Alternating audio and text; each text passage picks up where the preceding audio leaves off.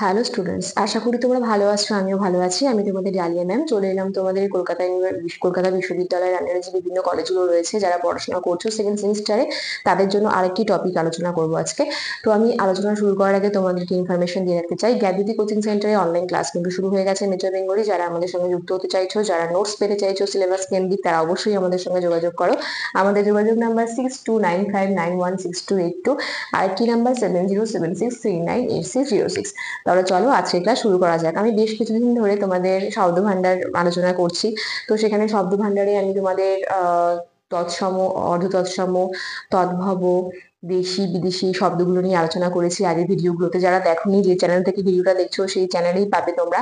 যদি সাবস্ক্রাইব করে রাখো, নোটিফিকেশন অল করে রাখো, তাহলে অবশ্যই তোমাদের কাছে প্রত্যেকটা ক্লাসের নোটিফিকেশন সবার আগে পৌঁছবে। তাই প্রত্যেককে রিকোয়েস্ট করছি যে যে তোমরা চ্যানেল থেকে ভিডিওটা দেখছো অবশ্যই সেটা সাবস্ক্রাইব করো এবং নোটিফিকেশন অল করে রাখো। তাহলে চলো আজকে ক্লাস শুরু করা যাক, বেশি কথা না বাড়িয়ে। আমি আজকে তোমাদের শব্দ ভান্ডারের যে শেষ শব্দটা রয়েছে নবগঠিত শব্দ, সেটা নিয়ে আলোচনা করব। আগে তোমাদের বলি যে নবগঠিত শব্দ কি জিনিস। দেখো, বাংলা শব্দ ভান্ডারে এমন অনেক শব্দ রয়েছে যেগুলো অন্য কোনো ভাষার উপাদান দিয়ে তৈরি অথবা অন্য কোনো ভাষার অনুবাদ। সেই সব শব্দকেই বলা হয় নবগঠিত শব্দ। নবগঠিত শব্দকে আমি দুভাগে ভাগ করেছি। একটা হচ্ছে মিশ্র বা সংকর শব্দ, আর একটা হচ্ছে অনুদিত শব্দ। আগে বলি মিশ্র বা সংকর শব্দ কাকে বলে। মিশ্র বা সংকর শব্দ হচ্ছে সেই শব্দ এক ভাষার সঙ্গে অন্য এক ভাষার শব্দের মিশ্রণে যে শব্দ তৈরি হয়, তাকেই বলা হয় তোমাদের মিশ্র শব্দ বা সংকর শব্দ। বা অন্য ভাষার উপসর্গ প্রত্যয় যুক্ত করেও কিন্তু মিশ্র শব্দ তৈরি হয়। যেমন আমি তোমাদেরকে উদাহরণ দিয়ে বুঝিয়ে দিই। ধরো মাস্টার মশাই কথাটা রয়েছে। মাস্টার মশাই, এখানে দুটো শব্দ রয়েছে। মাস্টার কথাটা কিন্তু ইংরেজি শব্দ, আর মশাই কথাটা কিন্তু আমাদের বাংলা শব্দ। তাহলে এখানে কি হয়েছে, দুটো শব্দ আলাদা আলাদা, দুটো ভাষা আলাদা। তাহলে দুটো ভাষার শব্দ মিলে একটা শব্দ তৈরি হয়েছে, তাই এটার নাম হচ্ছে মিশ্র বা সংকর শব্দ। এবার চলে আসি লাঠি চার্জ। লাঠি চার্জ শব্দটিতে দেখো, লাঠি এটা কিন্তু হিন্দি শব্দ, চার্জ এটা ইংরেজি শব্দ। এটা একটা মিশ্র বা সংকর শব্দ, এখানেও দুটো ভাষার শব্দ মিক্সড রয়েছে। পণ্ডিতগিরি, পণ্ডিত কথাটি তৎসম শব্দ। গিরি এটা হচ্ছে একটা বিদেশি প্রত্যয়, তাহলে এখানেও কিন্তু আমরা দেখতে পাচ্ছি সংকর বা মিশ্র শব্দ।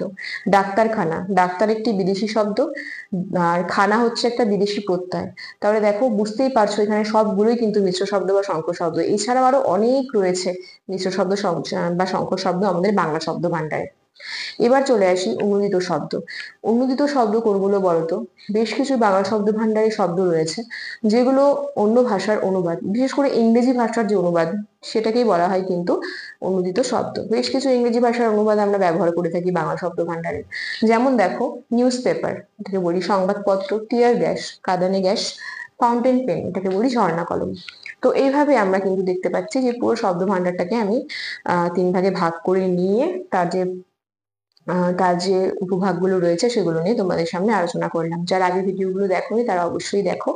যদি উপকৃত হয়ে থাকো আমাকে কমেন্ট বক্সে অবশ্যই জানিও। আমার ক্লাস যদি তোমাদের ভালো লেগে থাকে, লাইক কমেন্ট শেয়ার করে আমার পাশে থেকো। এবং যে চ্যানেল থেকে ভিডিওটা দেখছো, আবারও বলবো চ্যানেলটা সাবস্ক্রাইব করে রাখো। আর যদি আমাদের সঙ্গে তোমরা যুক্ত হতে চাও, তাহলে অবশ্যই আমাদের দেওয়া নাম্বারে যোগাযোগ করো। আমি আরেকবার আমাদের নাম্বারটা শেয়ার করছি, 6295916282, আর কি নাম্বার 7076398606। তাহলে চলো আজকের ক্লাস এত পর্যন্তই। দেখা হচ্ছে নেক্সট ক্লাসে আরো একটি নতুন ভিডিও নিয়ে। সুস্থ থাকো, ভালো থাকো, আমাদের চ্যানেলকে ভালোবেসে আমাদের সাথে থাকো। ধন্যবাদ।